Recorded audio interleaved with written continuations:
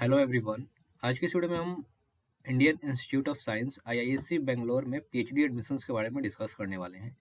IISc Bangalore में session 2025-26 के लिए पीएचडी एडमिशन का नोटिफिकेशन जारी हो गया है और लास्ट डेट आपका फॉर्म फिल करने का 23 मार्च 2025 है। इसके अलावा इसमें हम डिस्कस करेंगे कैसे आपको फॉर्म फिल करना है, कितना आपको स्टाइपेंड मिलेगा, फेलोशिप क्या मिलेगा, आपका एलिजिबिलिटी क्राइटेरिया क्या होने वाला है। और इसमें सबसे बड़ा चीज़ है कि कोई भी रिटन एग्जाम नहीं है, सिर्फ आपका इंटरव्यू के बेसिस पे एडमिशन होगा। तो क्या इसका सिलेक्शन प्रोसेस है, कैसे आपको फॉर्म फिल करना है, ये सभी डिटेल्स आज की इस वीडियो में हम डिस्कस करने वाले हैं। तो वीडियो में लास्ट तक बने रहें। अगर आप हमारे चैनल पर पहली बार आए हैं तो चैनल को सब्सक्राइब कर लें और बेल आइकन को दबा दें, जिससे हमारी नोटिफिकेशन आपको सबसे पहले मिल जाए। इस चैनल पर आपको डिफरेंट आईआईटीज एनआईटीज में जो भी पीएचडी एडमिशन्स का रिगार्डिंग नोटिफिकेशन आएगा, मैं उसको यहाँ पे अपलोड कर दूंगा। इसके अलावा काफ़ी सारा वीडियो अपलोड हो चुका है। काफ़ी सारे आईआईटी में अभी पीएचडी एडमिशन्स के रिगार्डिंग नोटिफिकेशन जारी हो गया है और फॉर्म फिल होना भी स्टार्ट हो गया है। तो अगर आपने वो वीडियो अभी तक नहीं देखा है तो वीडियो आप जाकर देख सकते हैं, जिसका लिंक आपको ऊपर आई बटन और नीचे डिस्क्रिप्शन बॉक्स में मिल जाएगा। तो आइए आज की इस वीडियो को हम शुरू करते हैं। सबसे पहले आप देख सकते हैं ये आईआईएससी बेंगलोर का ऑफिशियल वेबसाइट है। आप इस पर जैसे ही विजिट करेंगे आपको यहाँ पे एडमिशन सेक्शन मिलेगा।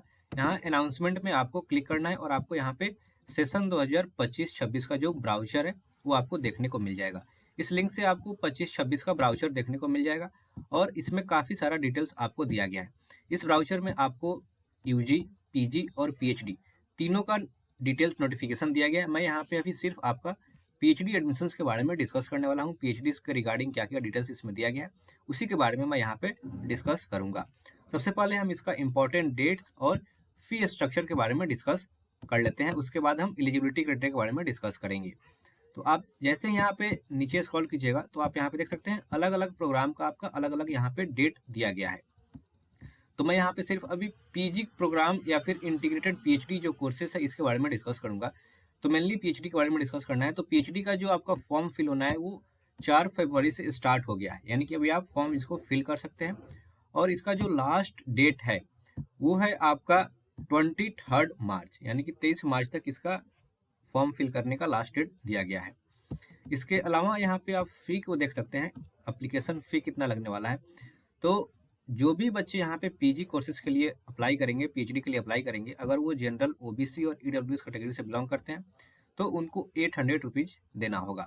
एससी एसटी और पीडब्ल्यूडी कैटेगरी के लिए आपको 400, और अगर कोई ईआरपी कैंडिडेट है, इसमें ऑल कैटेगरीज को 2000, और कोई स्पॉन्सर्ड कैंडिडेट है तो उनको 800 फी देना होगा।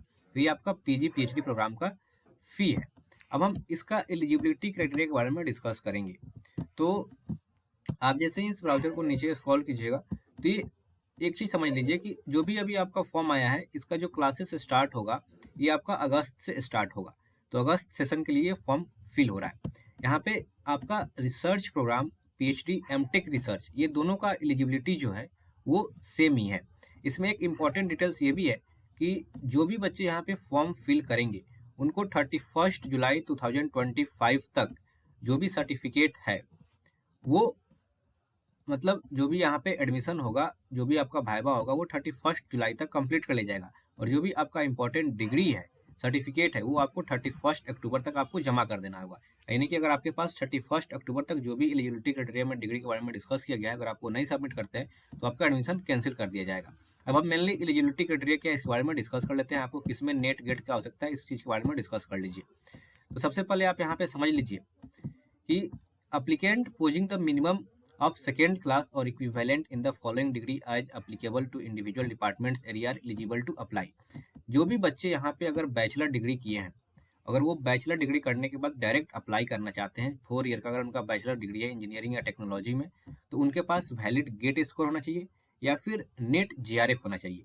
सिर्फ आपका नेट नहीं होना चाहिए, जीआरएफ आपका क्वालिफाइड होना चाहिए, तभी आप इसमें अप्लाई कर सकते हैं। तो या तो आपके पास जीआरएफ हो या फिर आपका गेट स्कोर हो। ठीक है। अगर कोई स्टूडेंट मास्टर डिग्री कंप्लीट किया है, master degree in science, master degree in economics, geography, psychology, management, commerce, operation research, computer science और एप्लीकेशन, ये मास्टर डिग्री आपके पास है तो आपके पास वैलिड गेट स्कोर या फिर नेट जीआरएफ होना जरूरी है। इस दोनों में से कोई भी है तो आप यहाँ पे अप्लाई कर सकते हैं। इसके अलावा जो बच्चे मास्टर डिग्री इन इंजीनियरिंग या टेक्नोलॉजी में किए हैं, जिनके पास एमटेक है, आपका MTech in engineering, technology, architecture, agriculture, pharmacy या फिर वेटनरी साइंसेस, तो उनको डिजायरेबल है कि गेट या फिर नेट जीआरएफ होना चाहिए, अगर नहीं है वो भी बच्चे अप्लाई कर सकते हैं। ये डिजायरेबल में यहाँ दिया गया है, कंपलसरी नहीं है। जैसे ऊपर मैंने दो डिस्कस किया तो यहाँ पे कंपलसरी था गेट या फिर नेट जीआरएफ, लेकिन इस थर्ड कैटेगरी में आपके पास ये कंपलसरी नहीं है। इसके अलावा जो बच्चे MS MBA post B BTech MS या फिर applicable for department of management study ecological science में अप्लाई करना चाहते हैं, उनके पास ये एलिजिबिलिटी है, तो उनके पास भी डिजायरेबल है गेट या फिर नेट जीआरएफ का। ठीक है, इसके अलावा जो भी बच्चे ग्रेजुएशन किए हैं, graduation of any course with minimum duration of 4 years from CFTI central funded technical institute with minimum CGPA of 8 out of 10, अगर वो सीएफटीआई से अपना ग्रेजुएशन किए हैं 4 साल का और उनका सीजीपीए जो है 8 आउट ऑफ 10 है या फिर इसके इक्विवेलेंट है, तो उनके पास भी डिजायरेबल, मतलब उनको ये ऑप्शन है कि उनके पास गेट या फिर नेट हो या नहीं हो तो भी बच्चे वो अप्लाई कर सकते हैं। इसके अलावा जो बच्चे एमबीबीएस, एमडी, एमडीएस और फार्मा डी किए हैं, डी फार्मा, उनको भी गेट नेट जीआरएफ का कंपलसरी नहीं है, उनके पास अगर है तो अच्छा है, नहीं तो भी अप्लाई कर सकते हैं। अगर बच्चे कोई बी फार्मा किए हैं तो उनको valid GATE score NET JRF जो है वो मैंडेटरी है इनके। वहीं कोई बच्चे अगर बीडीएस है, बैचलर ऑफ डेंटल सर्जरी, तो उनको भी वैलिड नेट जीआरएफ जो है वो मैंडेटरी है। इसके अलावा जो भी बच्चे BE BTech equivalent examination of professional society recognized by MoE UPSC AICT or by AIMIE by Institute of Engineering. Note candidate enrolled up to 31st May 2023 with professional society recognized by MOE are only eligible to apply. अगर किसी बच्चे के पास ये category आता है, category number 9, तो उनके पास भी वैलिड गेट या फिर नेट जीआरएफ होना कंपलसरी है। इसके अलावा अगर कोई बच्चा master degree in life science, chemical sciences और ये IISc बेंगलोर से ही किया हुआ है, तो वो बच्चे valid GATE score NET JRF mandatory इनको भी यहाँ पे दिया गया है। और इनमें कोई मिनिमम कट ऑफ नहीं है, जैसे ऊपर मैंने जो भी डिस्कस किया था नेट जीआरएफ या फिर गेट का, उनको कट ऑफ से ज़्यादा स्कोर होना चाहिए, लेकिन यहाँ पे कोई इसके बारे में नहीं दिया गया। जो बच्चे IISc बेंगलोर से ही किए हैं उनके लिए ये कंपलसरी नहीं है। अगर कोई बच्चा 1 ईयर मैनेजमेंट इंजीनियरिंग किया है IISc बेंगलोर से, तो उनके पास भी must have been admitted to engineering program through GATE. अगर उनका गेट के थ्रू इसमें एडमिशन हुआ था तो वो भी बच्चे यहाँ पे अप्लाई कर सकते हैं। तो ये आपका बेसिक एलिजिबिलिटी क्राइटेरिया दिया गया था। ठीक है, इसके बाद हम आगे इसमें डिस्कस कर लेते हैं आपका सिलेक्शन प्रोसेस कैसे होगा। तो आप इस चीज़ को समझ लीजिए। Candidate are shortlisted for an in person interview based on their performance in national entrance test और the qualifying degree as detailed in the above table. The selection is based on the performance of interview, यानी कि आपका जो mainly है वो interview होना है, और किसी आपका डिपार्टमेंट में हो सकता है कि वहाँ एप्टीट्यूड टेस्ट हो जाए।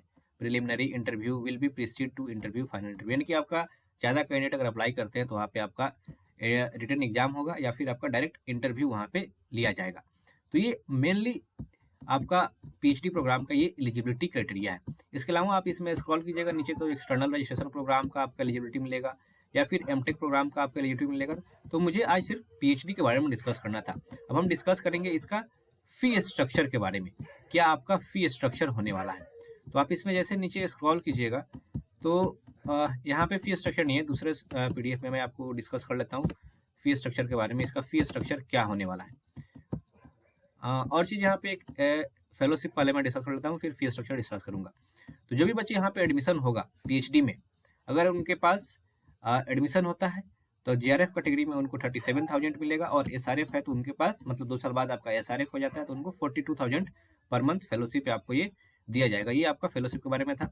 अब हम डिस्कस करेंगे आपका फी स्ट्रक्चर के बारे में, कैसे कैसे आपका यहाँ पे फी होने वाला है।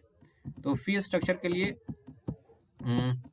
मैं एक नया PDF इसमें ओपन कर लेता हूँ जहाँ फी स्ट्रक्चर के बारे में डिस्कस किया गया है।